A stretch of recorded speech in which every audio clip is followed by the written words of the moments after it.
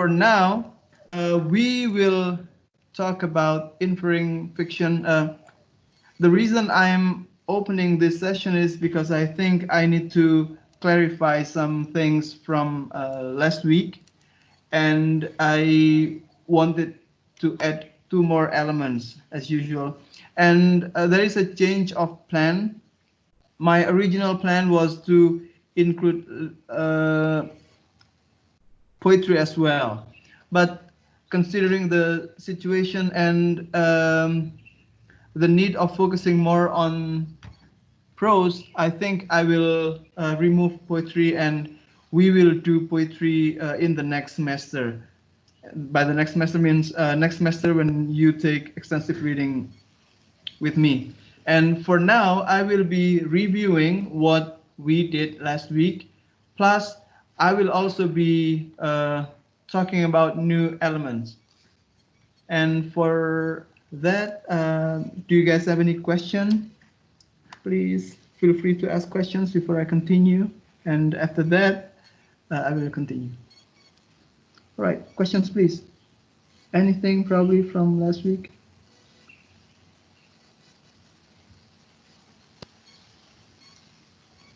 No? Okay. If not, then let me continue with this week's material. So last week you watched the video, and after watching the video, you also read a short story called "The Popular Mechanics." I think it's supposed to be mechanics. Yeah, mechanics. Popular mechanics. I just checked my dictionary, and I liked some of the interpretations from your group, and one of the strongest interpretations was the one that says that the popular mechanics means the popular process of, or the popular working of a quarrel between a man and a woman, maybe a husband and a wife. The word popular over here means common for people, and that's the common thing that the story tells us about the quarrel between a man and a woman. And before going further, I wanted to tell you that unfortunately, another story that we read was a sad story like this. And earlier this semester, I gave you short stories, and they were also said like this. Yeah, it's a fact that many stories in literature are sad stories, not happy stories. But it doesn't mean that all of the stories in literature are set like that. You have a lot of happy stories. If you watch Pixar animated movies, you will find a lot of beautiful stories. And in Studio Ghibli movies, you find a lot of beautiful but complex stories. And all of them are literature. And in teenagers magazines, you find a lot of love short stories. But when it comes to this particular segment of literature that talks about life in, well, mostly grown-ups, the stories that people like to take up are these sad stories, because stories like this can reveal human in their original, I don't know what, their primal behavior, so to speak. Okay, and the stories that you read last week was like that, and I give comments on your interpretations for those of you who sent interpretations. And there are, however, things that we need to fix when it comes to, we need to straighten, we need to, set straight when it comes to summarizing and inferring the themes of short stories. And the first thing is, when we summarize, it is important for us to include all of the important elements, everything important from a story. And the one that I gave you is usually the somebody wants or does, but so then. It is a simple way to summarize a story, but it captures everything. When you say somebody, you have to talk about who this person is and what kind of person it is, or what is the profession of this person, if you know. And that is the so-called characterization. If you take the literature class from Pulilis, Introduction to Literature, and wants or does is something that starts the story. The story usually starts with something doing something, or somebody wishing to do something, or somebody wanting something. It always starts with that. People usually call something like this obsessions. Sometimes the obsessions are strong, but sometimes it's just somebody doing something, as simple as that. Then comes the conflict. But there is a conflict, something that makes the character change his or her uh, plan. And because of that conflict, the character has to do something, comes the so. And finally, you have the then, which is the resolution of the story, the end of the story. This is very brief, very simple, only maximum or minimum 5 sentences, but it captures everything. And it is good for you to start with this. This is the most basic inferences for stories. And many of the elements that you write here are not explicitly stated in the text. Many are also explicitly stated. But all in all, it can be considered the first inference of a story. And that is what you need to do. Some of you did very well here, while some others, they made or you made a summary and a quite long and complete summary, but not as simple as this one. We want to have something simple when we summarize it, because we want to spend most of our energy in doing the rest of the process, which is interpreting or making inferences. All right, so that's the first thing about the summary. And the second thing is, a theme of a story is not a topic. When we talk about a topic, you can mention just one thing. It's about love. It's about hatred. It's about friendship, and so on. That is topic. And if you talk about one section of a story, then it will be called a trope. Just like in the Bible, you have in one book there are so many tropes about the character going up from a low condition, or the character becoming bad after doing something. That's the trope. The theme, however, is the entire story, and you can make or you can infer the theme by reading all, summarizing that, and then uh, make you make a summary and you make an inference, or you interpret based on the summary that you have made. That is the theme, or I usually call it the message of the story. And because it's not just one word or one thing, or not just one topic, then it has to be presented. Well, it needs to be, I cannot say have to here. It needs to be presented in a sentence. You cannot give a message to somebody by only saying one word, right?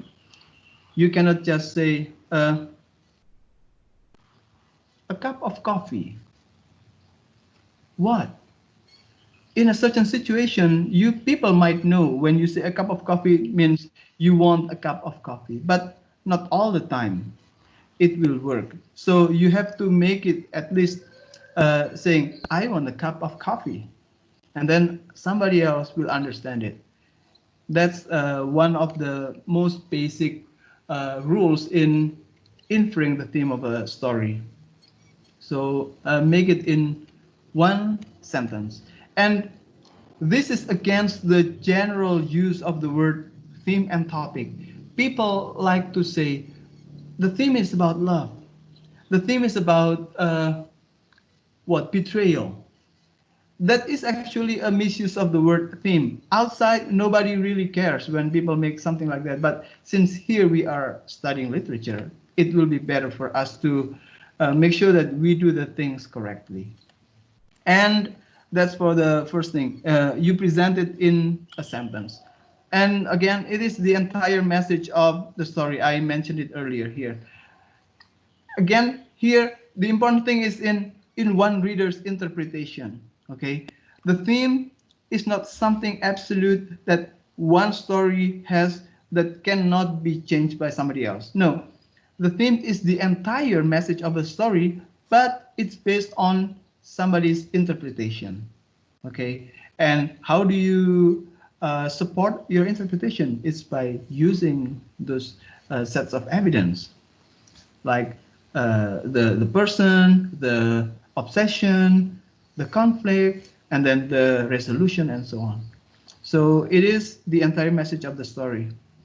And when we talk about what we read last week, the message of the story can be, for example, from one of you, uh, the quarrel between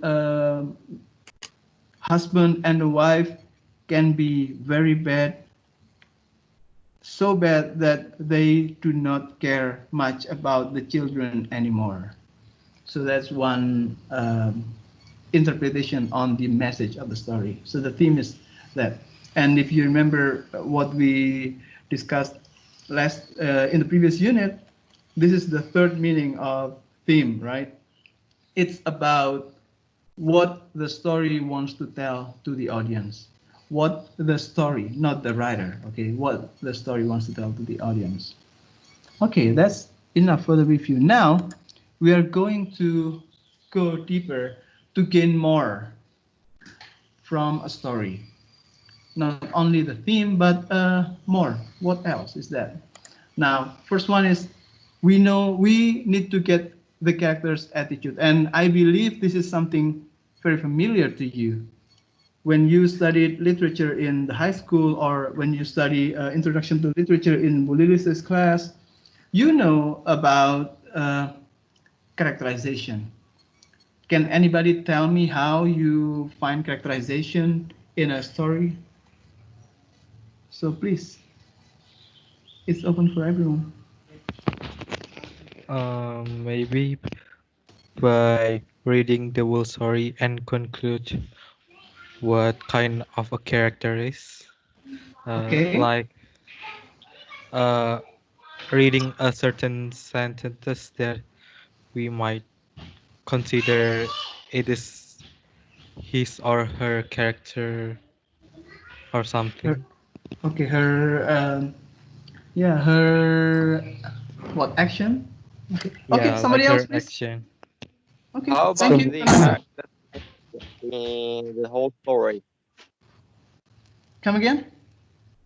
How about if we read the story and decide the characters' characterizations through their behavior? Mm-hmm. Okay, how do you define behavior? What Mm, is It's a it's character's behavior? Writing's their actions, their Actions, actions, writings okay. are and decisions making. Okay. Mm-hmm. So actions and what else? What are the common ones? The How do dialogue. you summarizing something. the dialogue, Yes, okay. Um, yes. The speech, the action, and in some stories that have a third person point of view, you also have the thoughts of that character, right? Yeah, those those are the characterization, and from there you know the character's attitude. And in the case of the popular mechanics, what is the character's attitude? Say the man or the woman.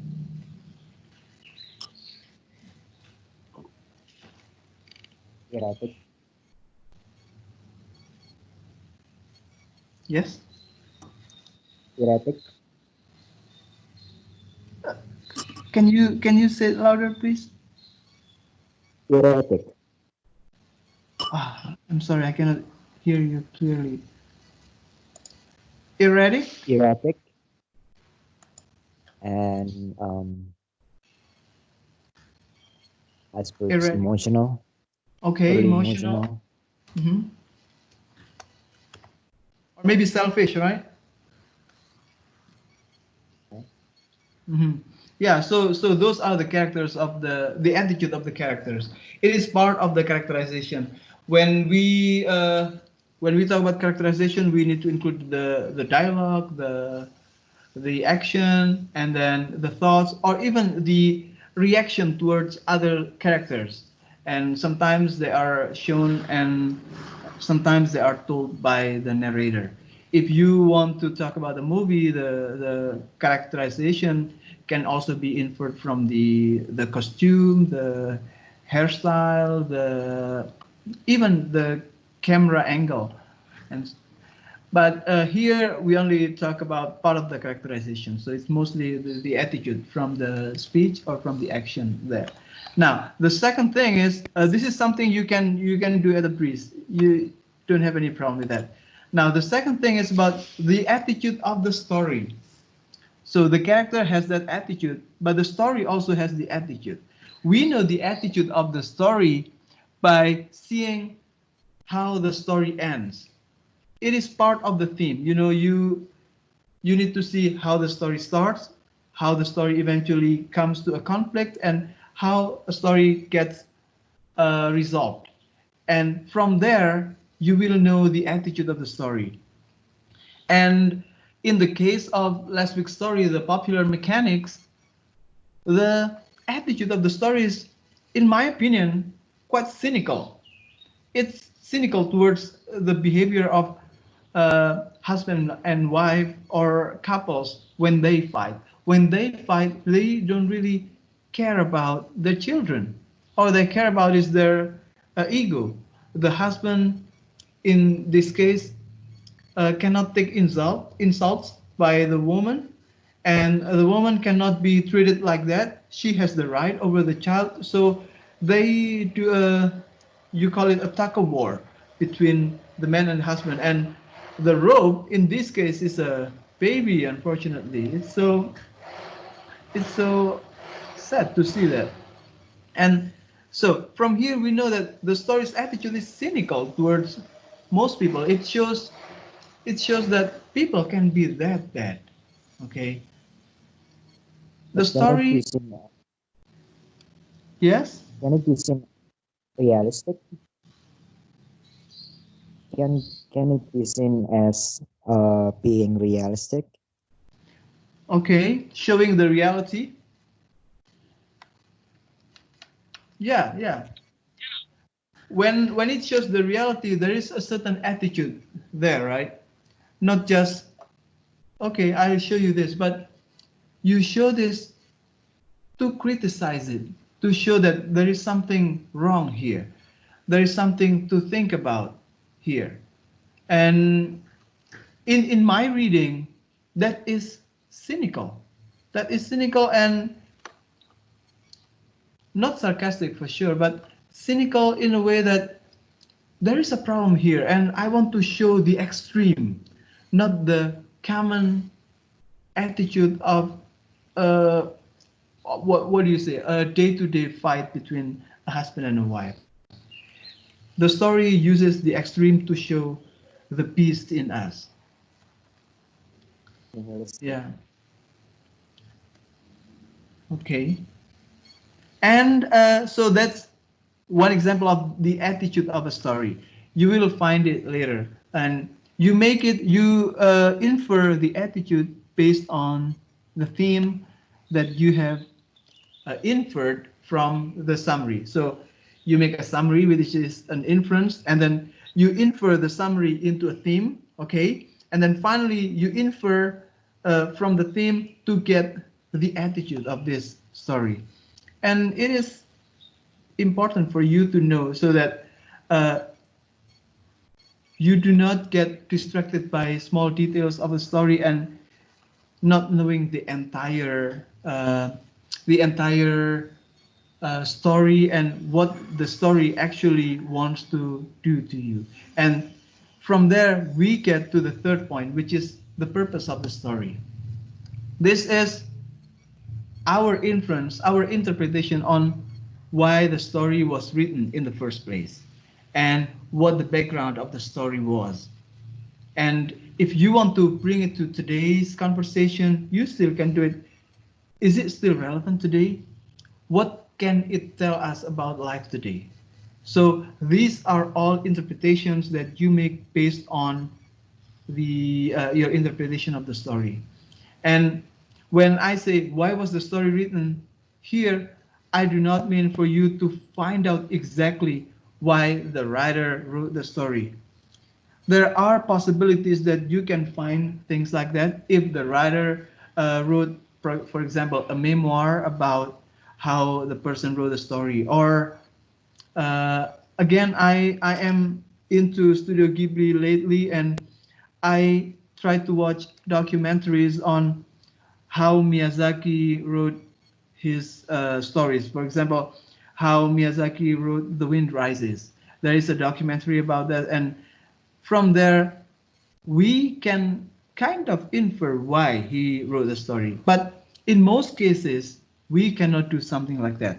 And when you ask yourself, why was the story written? You try to answer it based on the theme that you have gathered. And in addition to that, you can also see the historical situation around the time when the story was written. So you will also try to know the background of the story. And after knowing the background of the story and knowing the story, then you can start inferring the purpose of the story.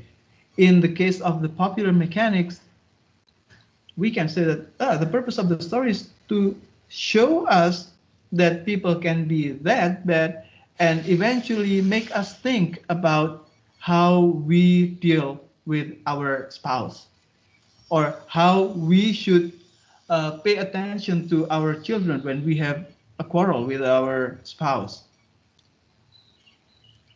So the purpose can be to show and also to tell. Sometimes showing will also lead to telling.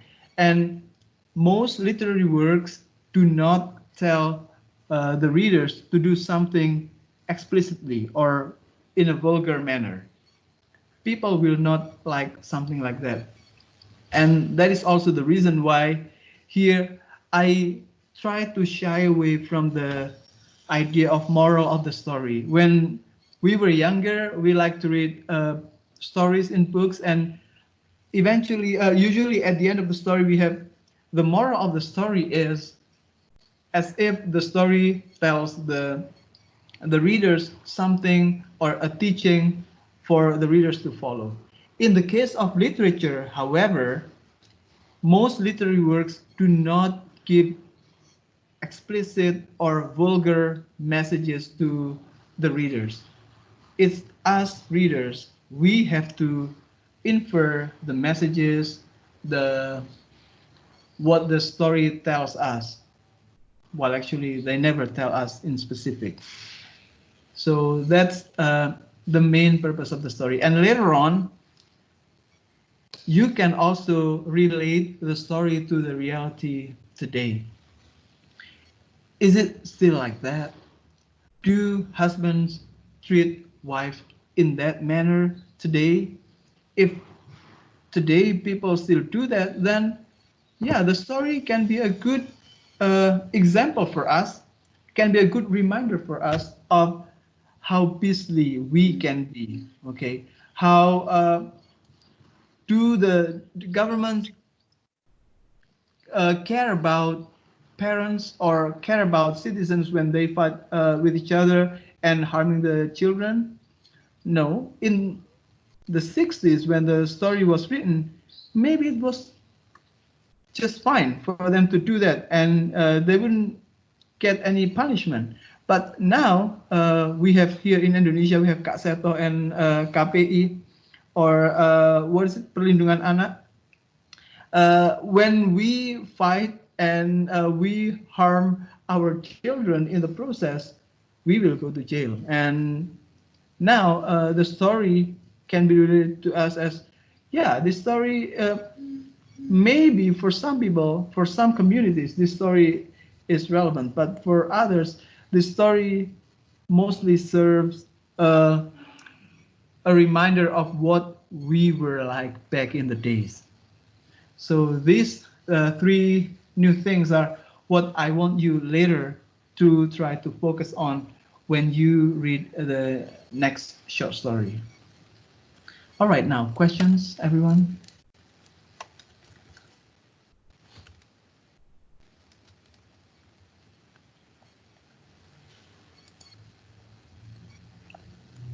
Hello, are you awake, guys?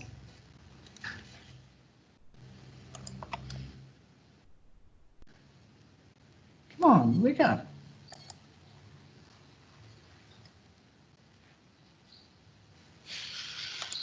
No? All right. If you don't have any more questions, then I want you to work with your group again this time, okay? Work in a group again and read this short story here. I hope you haven't read this short story so that it doesn't ruin your it doesn't spoil the story. But if you have read the story, that's fine. You can hopefully go deeper this time. The story is called "The Story of an Hour" by Kate Chopin. In American English, they call it Kate Chopin, but in Canada, they call it Kate Chopin. Kate Chopin or Kate Chopin wrote this story, The Story of an Hour, and it is a brief story, and I'm giving you the link now to it. Please read the story and discuss with your groups on these elements, starting from the summary. Of course, you need to summarize it in just one paragraph, not more, and then try to find the theme, okay? And then find also the attitude of the story. You can include discussion on the attitude of the characters, but it is not a must. I want you to further uh, dig out the attitude of the short story. All right. So and finally, I want you to also interpret what the purpose of this story possibly be. Okay. Any questions, everyone? This is time for you to speak up. I promised only 15 minutes, right?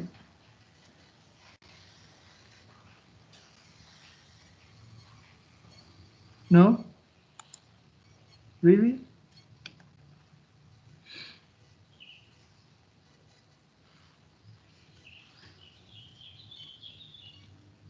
All right. If you don't have any questions, I want you to meet your classmates, your groups, and I believe you still remember the names of your groups, and discuss with the group members on, first of all, the summary, and then the theme, and then the attitude of this story, and finally, what the purpose might be. And can you submit that by 2:15 so that I can comment on it?